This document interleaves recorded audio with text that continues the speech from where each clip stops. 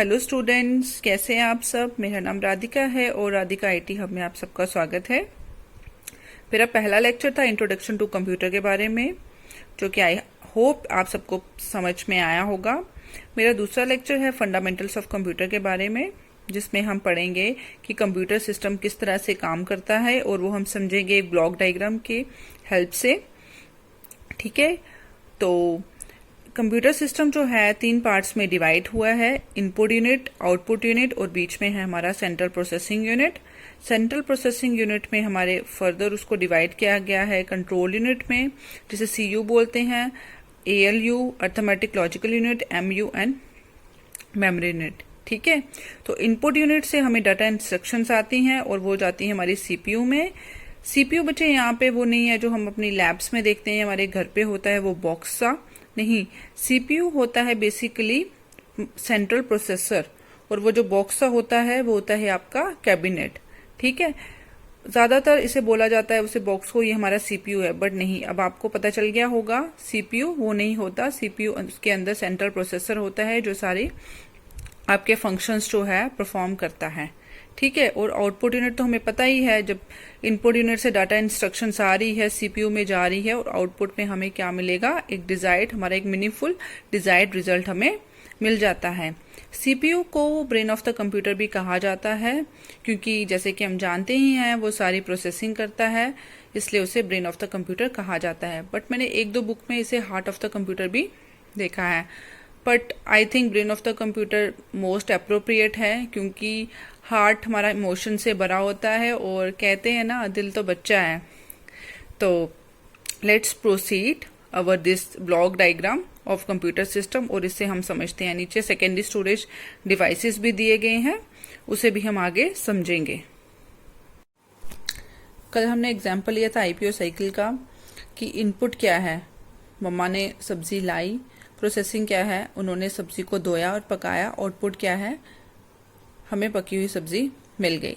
ठीक है, ये हमारा आईपीओ साइकिल मैंने इस तरह से आपको समझाया था। अब मैंने आपको ये इनपुट यूनिट, सीपीयू और आउटपुट यूनिट समझाना है, जिसमें मैंने प्रोसेसिंग में क्या क्या होता है, किस तरह से प्रोसेसिंग होती है, ये समझाऊंगी आज। तो पहले ये समझ लेते हैं। सीपीयू को फर्दर डिवाइड किया गया है 3 पार्ट्स में, जैसे कि आप देख रहे हैं, control unit, ALU means arithmetic logical unit, MU means memory unit. अब इसको मैं एक एग्जाम्पल लेकर समझाऊंगी। ठीक है, ध्यान से समझना एग्जाम्पल को। इसमें क्या है, कंट्रोल यूनिट आपका एक्ट कर रहा है, जैसे कि मैंने लिखा हुआ है, रिसेप्शनिस्ट और मैनेजर का काम कर रहा है। एक कंपनी का एग्जाम्पल लिया मैंने, फॉर एग्जाम्पल कंपनी है हमारी XYZ।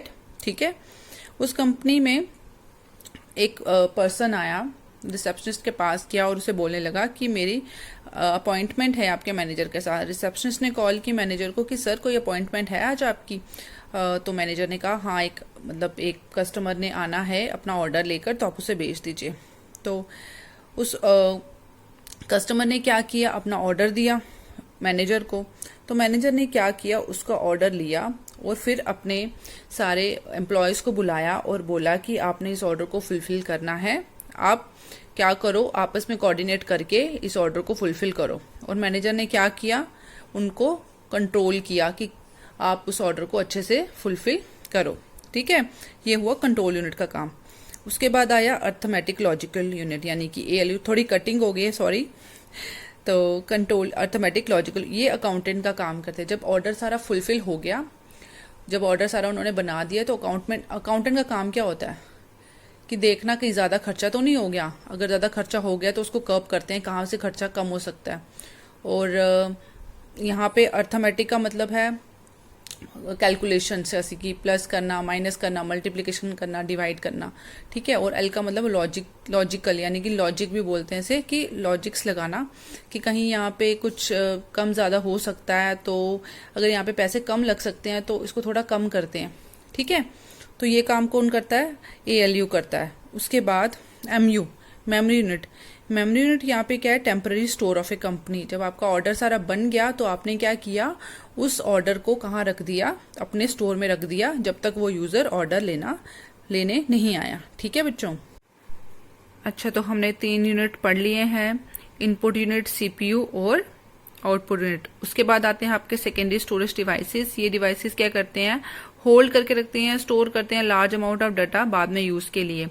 सेकेंडरी स्टोरेज डिवाइसेस में आपके आ जाते हैं पेन ड्राइव्स आ जाती हैं, सीडीज आ जाती हैं, डीवीडीज आ जाती हैं, जो कि हम आगे पढ़ेंगे।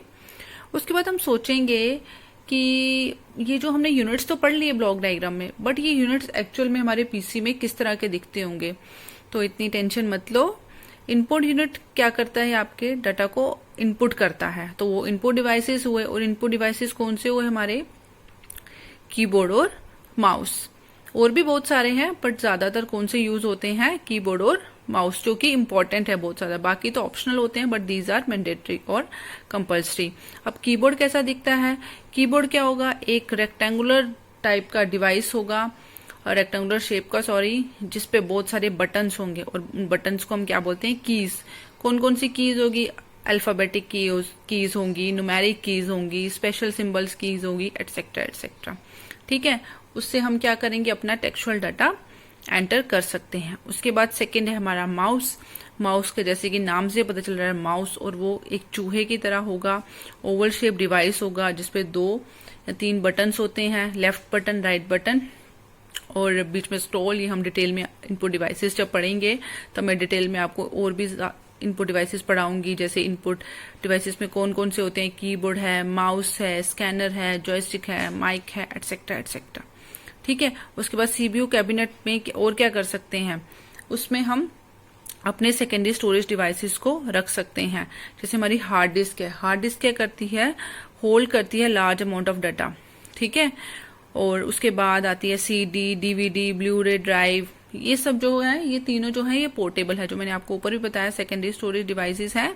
तो ये क्या है, आपकी पोर्टेबल होती हैं, इससे हम कहीं भी ट्रेवल कर सकते हैं। बट हार्ड डिस्क को मोस्टली साथ में बार बार ट्रेवल नहीं करते, इसे हम कंप्यूटर में फिट सॉरी कंप्यूटर नहीं बोलूंगी, कैबिनेट बोलूंगी, इसे हम कैबिनेट में फिट कर देते हैं, और जब हमें जरूरत हो तब हम निकालते, वरना कोई इसे निकालता नहीं है ज्यादा। ठीक है, उसके बाद आपका आउटपुट यूनिट। अब आपका आउटपुट यूनिट कैसा दिखता है, आउटपुट यूनिट होता है हमारा मॉनिटर, जिसपे हमें डाटा अपना, मतलब कि डाटा के बाद प्रोसेसिंग होके क्या मिलता है, रिजल्ट मिलता है। और ये आपका किस तरह का होता है, अगर हम पहले पहले बात करें तो कुछ 10 साल पहले बोल सकते हैं, ये टीवी की तरह होता है। जैसे हमारा पुराना टीवी होता था, कैसा, सीआरटी टेक्नोलॉजी पे बेस्ड, वैसा ही ये होता था, बड़ा सा डिब्बा होता था, पीछे से एलोंगेट हुआ।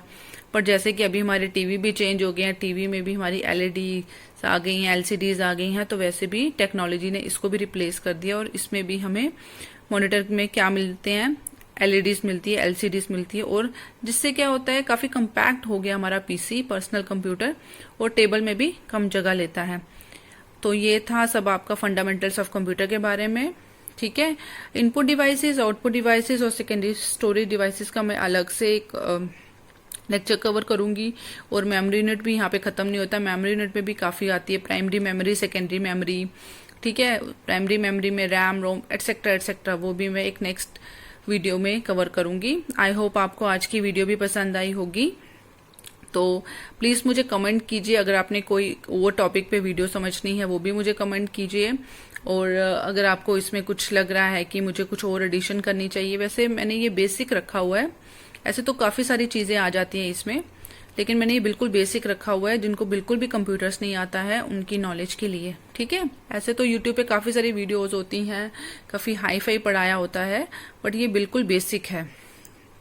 ठीक है बच्चों, उसके बाद मैं 5-6 लेक्चर्स हो जाने के बाद एक एमसीक्यूज वाला लेक्चर भी मतलब की पोस्ट करूंगी, जिसमें आपको एक दिन में आपको एमसीक्यूज दे दूंगी और दूसरे दिन आपको आंसर्स दूंगी, ताकि आप एक दिन उसे सॉल्व करने में तो लगाएं, और एमसीक्यूज आपके ज्यादातर आपको जो मैंने लेक्चर पढ़ाया उसी में से निकल जाएगा, आपको इधर उधर ढूंढने की जरूरत नहीं पड़ेगी।